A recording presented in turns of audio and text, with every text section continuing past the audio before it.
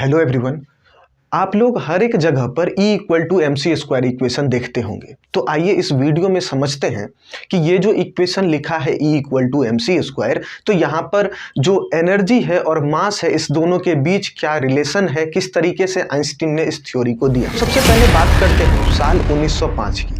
साल 1905 में आइंस्टीन ने एक पेपर पब्लिश की जिसका नाम था properties of light and time. उसी में उन्होंने एक थ्योरी दिया जिसका नाम था स्पेशल थ्योरी ऑफ रिलेटिविटी। इस थ्योरी में उन्होंने बताया कि किस तरीके से जो एनर्जी है और साथ ही जो मैटर है यानी कि मास है, ये मास और एनर्जी दोनों एक दूसरे में इंटरचेंज किए जा सकते हैं। हालांकि ये जो स्पेशल थ्योरी ऑफ रिलेटिविटी दिया गया आइंस्टीन के द्वारा, इससे पहले लोग ऐसा मानते थे कि मास जो है वो अलग चीज है, यानी कि उसमें पार्टिकल्स प्रेजेंट होंगे, ठीक है, यानी कि मैटर होगा। और वहीं पर ऐसा मानते थे कि जो एनर्जी है, जैसे आप लाइट की बात करते हैं, हीट की बात कर रहे होते हैं, यानी कि जो भी इलेक्ट्रोमैग्नेटिक रेडिएशन के फॉर्म में है, वो सभी जो एनर्जी है और जो यहाँ पर मास है, दोनों अलग अलग चीजें। लेकिन जो आइंस्टीन के स्पेशल थ्योरी ऑफ रिलेटिविटी है, उसने ये प्रूफ कर दिया कि जो भी आपके पार्टिकल्स हैं, यानी कि जो भी आपके मास है, वो एनर्जी में इंटरचेंज किए जा सकते हैं और एनर्जी को मास में इंटरचेंज किया जा सकता है।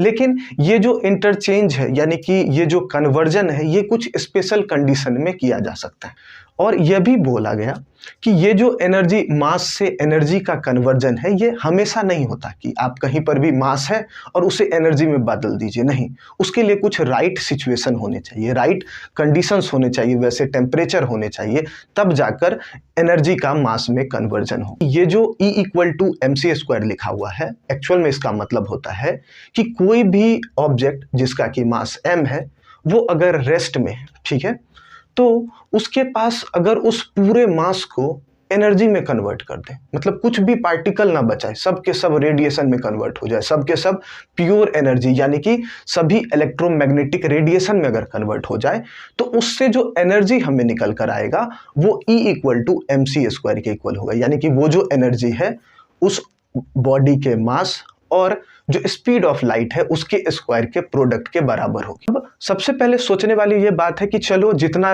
नंबर ऑफ पार्टिकल्स है, यानी कि जितना ज़्यादा मास होगा उतना तो एनर्जी होना चाहिए, ये बिल्कुल सही बात है।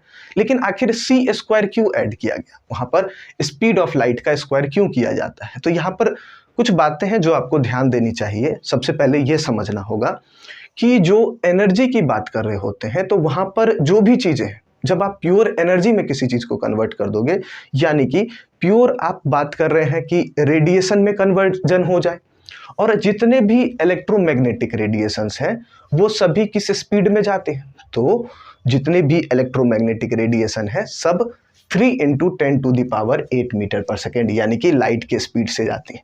ये बात आपको पता होनी चाहिए कि अगर आप प्योर एनर्जी की बात कर रहे हैं तो वहां पर आप बात करेंगे इलेक्ट्रोमैग्नेटिक रेडिएशंस की, और जो भी इलेक्ट्रोमैग्नेटिक रेडिएशंस है वो सभी 3 × 10⁸ मीटर पर सेकेंड यानी कि लाइट के स्पीड से चलती है। तो कोई भी ऑब्जेक्ट का जो एनर्जी है, जो काइनेटिक एनर्जी आप जानते होंगे, वो कहीं ना कहीं स्पीड के स्क्वायर पर डिपेंडेंट होता है। काइनेटिक एनर्जी का फॉर्मूला क्या होता है?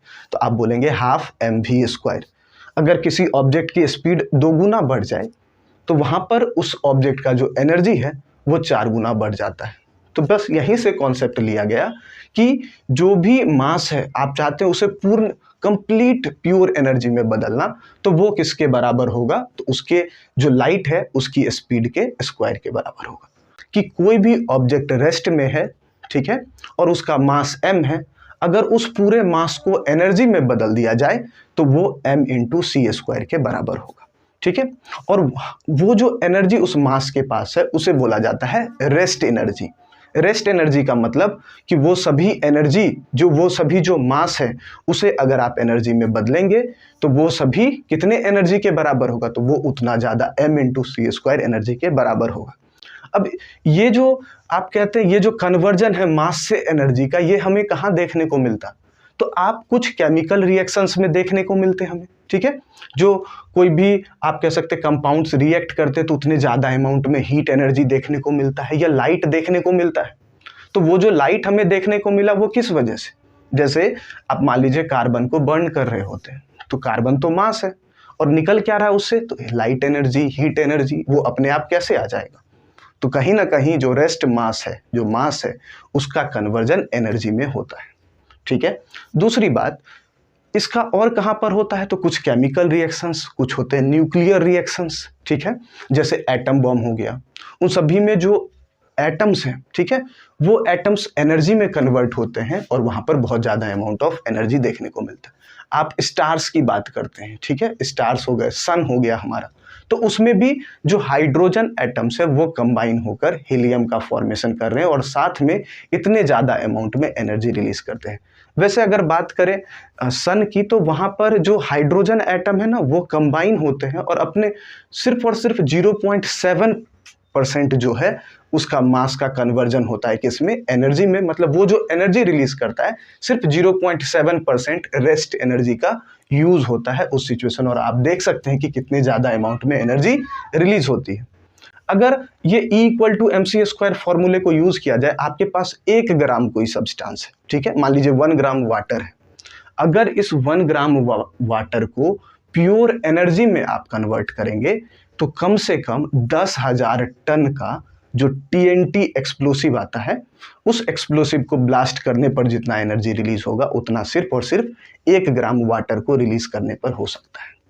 ठीक है, तो इस तरीके से कह सकते हैं कि जो आइंस्टीन की जो थ्योरी ऑफ रिलेटिविटी है वो E=mc² को प्रूफ करती है कि जो एनर्जी है और जो मास है दोनों एक दूसरे में इंटरचेंज हो सकते हैं, और जब मास को प्योर एनर्जी में बदले तो वो बहुत ज़्यादा अमाउंट में एनर्जी रिलीज करती है।